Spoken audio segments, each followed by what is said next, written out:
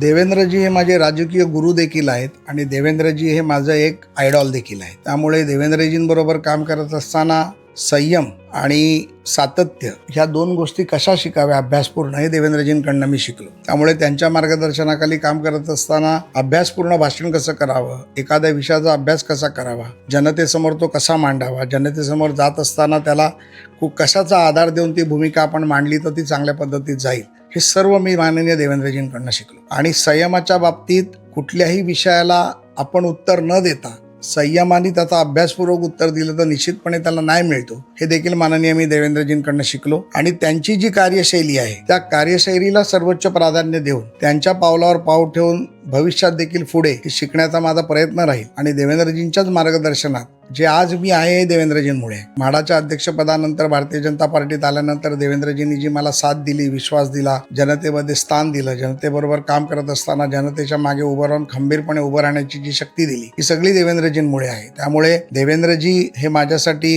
गुरुस्थानी आहेत, एक माझे श्रद्धास्थान आहेत। आणि त्याचबरोबर हे काम करत असताना केंद्रीय नेतृत्व अमितभाई शाह असतील, माननीय प्रधानमंत्रींची काम करण्याची शैली किंवा त्यांची जी छाप आहे ही सातत्याने माझ्यावर पडली। माझ्या राजकीय कार्याची सुरुवात ही स्वर्गवासी प्रमोद महाजनांकडनं झाली। प्रमोद महाजनांच्या देखील काही गोष्टीचा छाप माझ्यावरती निश्चित आहे, प्रभाव निश्चित आहे। आणि आयुष्यात प्रमोद महाजनांसारखं केंद्रात देखील ज्या पद्धतीत त्यांनी काम केलं, ज्या शैलीत ते काम करत होते तसं काम करण्याचा प्रयत्न मी माझ्या राज्यात करतोय। शरद पवार साहेबांबरोबर अनेक वर्ष मी काम केलं, अजित पवारांबरोबर मी काम केलं। अशा अनेक नेत्यांबरोबर काम करत असताना प्रत्येक नेत्यामध्ये असलेली त्यांची जी खूबी आहे ती कुठेतरी आपल्याला करता आलं पाहिजे, त्यांचा अभ्यास जो आहे तो आपल्याला शिकता आला पाहिजे। ते एवढे मोठे नेते कसे झाले, एवढ्या उंचीचे नेते कसे झाले, ह्याचा पूर्ण अभ्यास करून माननीय देवेंद्रजींच्या नेतृत्वात त्यांची प्रेरणा घेऊन सातत्याने चांगलं काम करण्याचा माझा प्रयत्न आहे।